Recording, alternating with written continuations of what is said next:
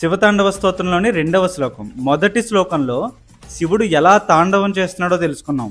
అంటే పైన గంగాదేవి ఉండగా, మెడలో వాసుకి వేలాడుతూ ఉండగా, ఢమరుకనాదం వినిపిస్తూ ఉండగా ఆయన ప్రచండ తాండవం చేస్తున్నాడు. ఇప్పుడు 2వ శ్లోకంలో జటాకటాహ సంభ్రమ భ్రమన్నిలింప నిర్జరి, శివుడి శిరస్సు మీద జటాజూటాల మధ్యలో ఒక లోతైన పాత్రలా ఉందిట.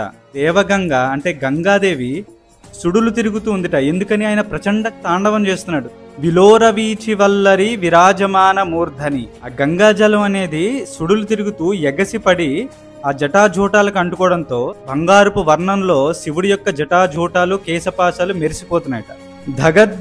ధగజ్వలల్లలాట పట్టపావకే అంటే దగదగ జ్వలిస్తోందిట. ఏంటది? లలాట పట్టపావకే. శివుడి యొక్క లలాటంలో అంటే నుదుటిపై ఉన్న 3వ కన్ను, శివుడి 3వ కన్నుని అగ్నినేత్రం అంటారు. ఆ తాండవం యొక్క తీవ్రతకి శివుడి యొక్క 3వ కంటిలో ఉన్న అగ్ని జ్వాలలు ఎగసిపడుతున్నాయట. కిశోర చంద్రశేఖరే రతి ప్రతిక్షణం మమ, కిశోర చంద్రశేఖరే, శిరస్సు పైన చంద్రరేఖను ధరించాడు ఆయన. అంటే ఆయన పైకి ఎంత తీవ్రంగా ఉగ్రంగా నాట్యం చేస్తున్నా ఆయన భక్తులను ఎప్పుడూ చల్లని చూపు చూడడానికి సిద్ధంగా ఉంటాడు.